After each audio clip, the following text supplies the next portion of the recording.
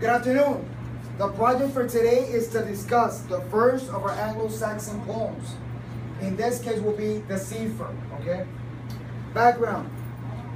To the Anglo-Saxon people of Britain, home meant something different from what it means for people today. An Anglo-Saxon warrior viewed himself as the follower of a particular lord or king, not as a citizen of a nation. Gathering in the mead hall, a building dedicated to their feast, our lord and his warriors will share food, drink, entertainment, and fellowship. Smoky, noisy, smelly, and crowded, the mead hall was home. Very important.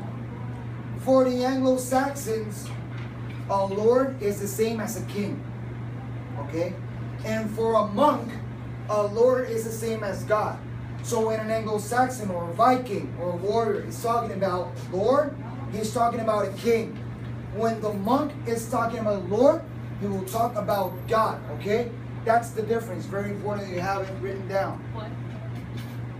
The mead hall, we know that it's this big structure when they did all those feasts, okay? The ones that organized those feasts is the king, okay? When they went on those travels in a long month or weeks, they were not bathing during that time. So they were what? They were smelly, they were all sweaty. So when they celebrated, even though that place stink because of all of the sweat from all of the Vikings and the warriors, they felt that that place was home for them. Remember what we said about house and a home? They're not the same. The house will be the structure, and the home is all that feeling, all that comfort that you have in that place, okay? Go on. This tale is true and mine. It tells how the sea took me, swept me back and forth in sorrow and fear and pain, showed me suffering in 100 ships, in 1,000 ports, and in me. Very important that this is from a first-person perspective. And the one that is talking right here is that warrior, that Viking, that Anglo-Saxon, okay? Is from one character in particular. This poem is going to be divided in two. Part A or part 1 is the part from the Anglo-Saxon or the warrior, and part number 2 is going to be from the monk. Remember that these poems were retold, and when the monks wrote those poems, they included religious what? Propaganda. What was that? That moral lesson that they wanted to include, they included in a certain part of that poem. Okay, go ahead. It tells of smashing surf when I sweated in the cold, and of an anxious watch perched in the bow as it dashed on the cliff. My feet were cast in icy bands, bound with frost, with frozen chains and hardship thrown around my heart. Hunger tore. Okay, stop there. What happened? What is sweating in the cold? When you're what? Scary. When you're scared, when you're nervous, you don't sweat in the cold. You sweat when it's hot, a hot temperature. So you sweat in the cold when you're nervous. So, an anxious watch, remember that on every ship, there's something that is very important. On every ship, there had to be one that was what? A watchman, watching there. So the importance of this person is they have to watch that there's no ships coming up, or there's not rocks, or there's no cliffs closed that they could crash that boat or that ship. That's why that watch person is very important. Okay? Go on. Hunger tore at my sea-weary soul. No man sheltered on a quiet fairness of earth can feel. How wretched I was, drifting through winter, on an ice-cold sea, whirled in sorrow, alone in a world blown clear of love, hung with icicles. Very important. What are icicles? When it rains, those sticks of what? Ice. Of ice that are falling down, okay? What is perch? Perch will be to sit down, okay? Dash will be to pass in a great hurry. Very important when you're reading the poem. Those words that I'm telling you, the definition or the synonym, write it down in your poem, the one that you have written in printed. Why? Because when you reread it again, you're going to read it and you're going to use those synonyms and you're going to be able to catch up easier and understand it, okay? The cliff. It's a mountain.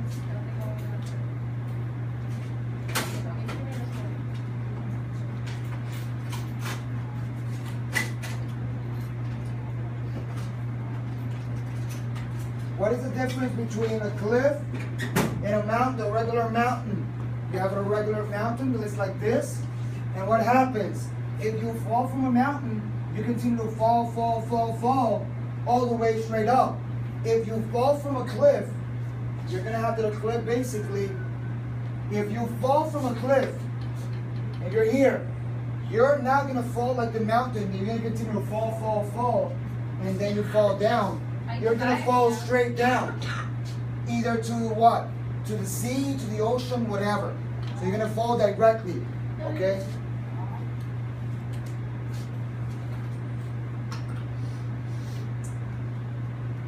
Go on. The hailstorms flew. The only sound was the roaring sea, the freezing waves. Okay, the only companion that seafarer is having is the roaring seas. That roar, that movement of the waves. That's the only companion. Remember, he's alone. He's saying something on the previous lines that no man in the comfort of their home can feel what I'm feeling at the moment.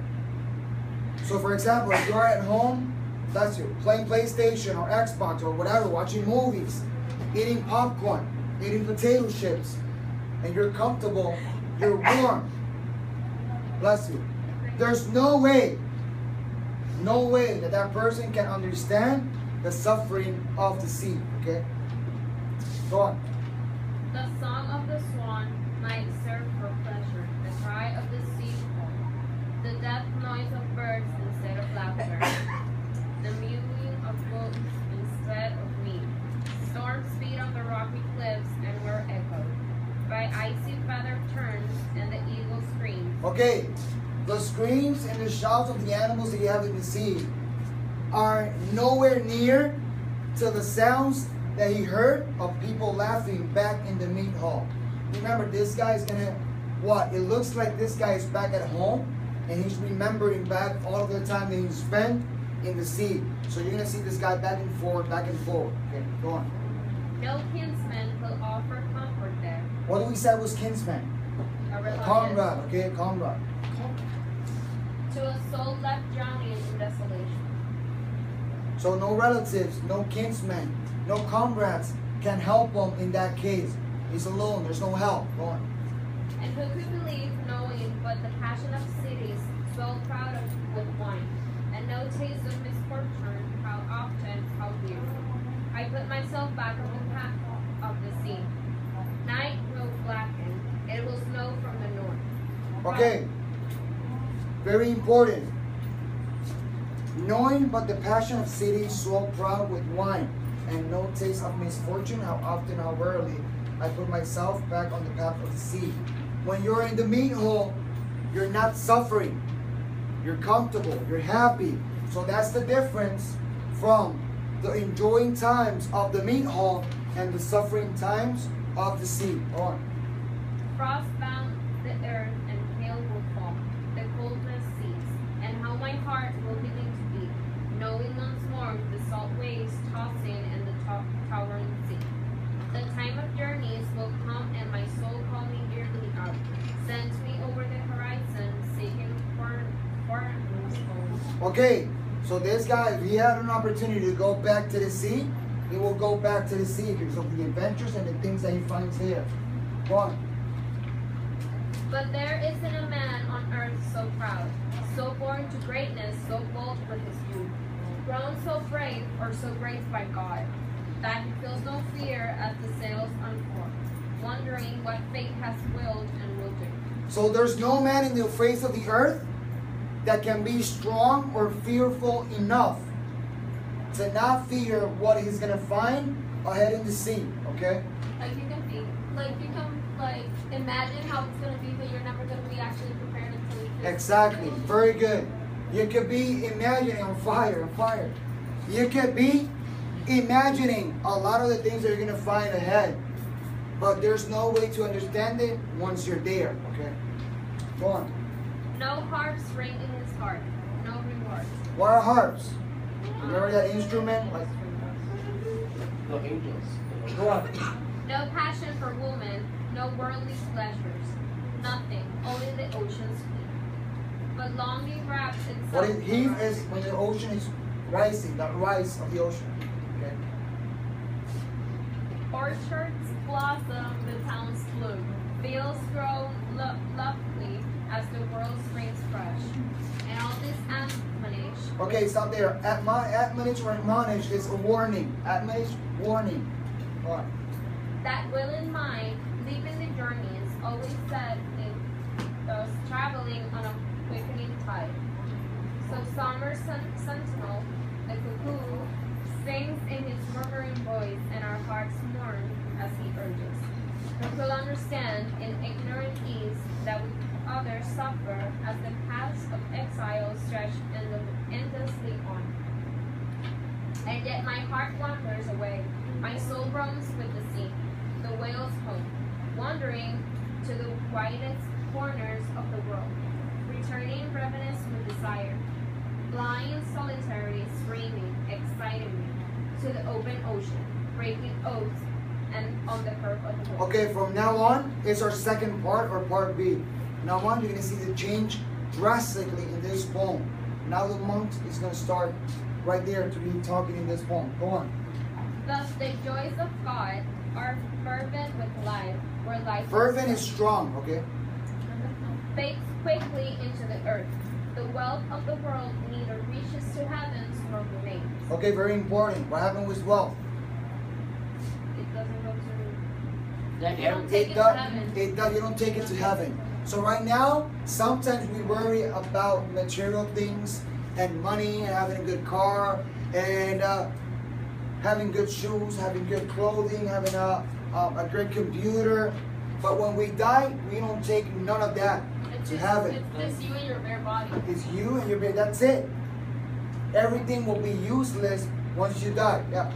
okay, so it's like a man, like a rich person that's close to this. So they wanted like their servants to lock them like in a safe that like until he dies, he stay with the gold. But when he dies, he doesn't take nothing. Exactly. You're not going to take nothing. So you can have a lot of things in the world, a lot of material things, a lot of wealth, but at the end when you die, everyone is the same, okay? Go on.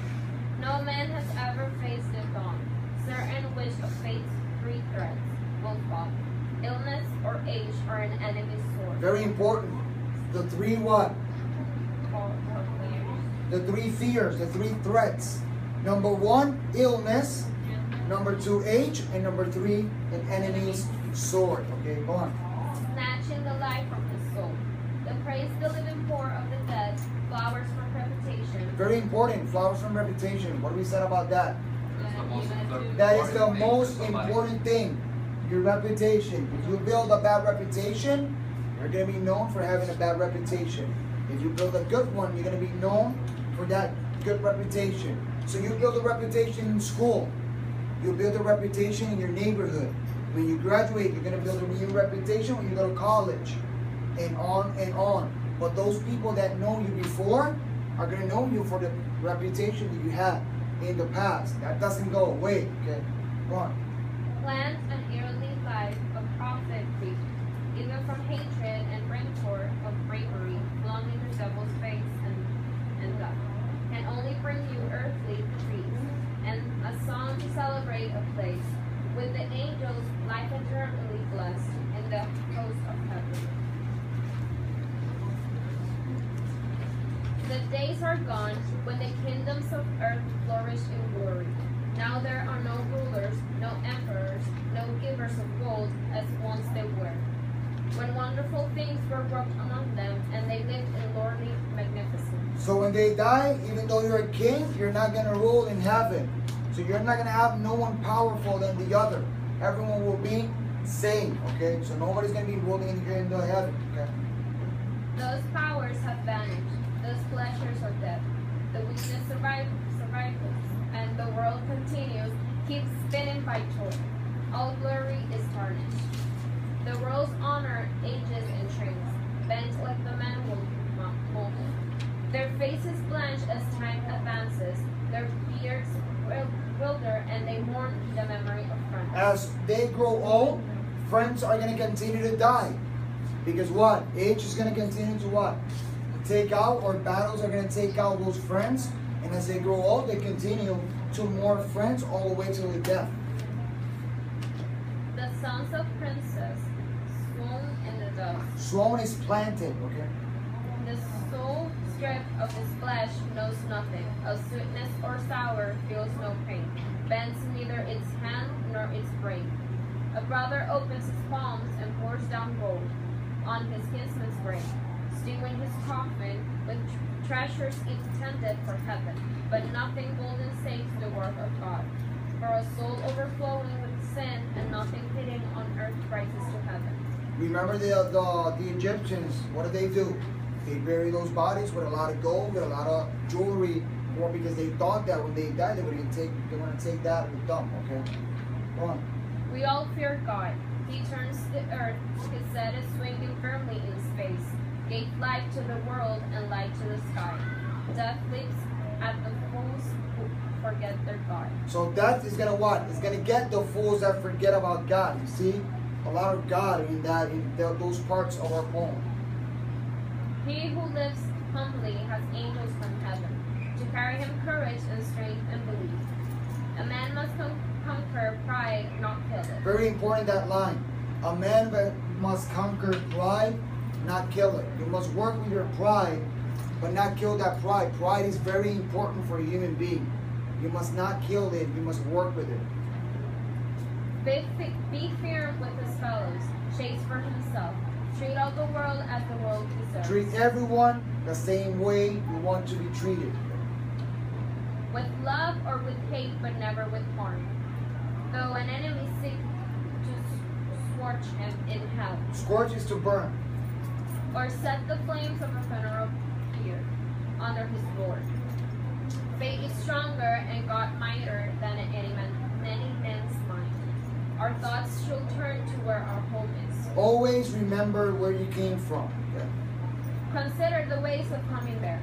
Then strive for sure permission for us to rise at the eternal joy, the life born in the love of God, and the hope of heaven. Praise the holy grace of Him who honor us, eternal, unchanging Creator of earth. Amen. So you see that once our second or part B of our video hit that part of the monk, everything that we see is what? We're reading that moral lesson that they want us to learn, okay? So that will be it for our poem, The Seafarer, okay? Thank you.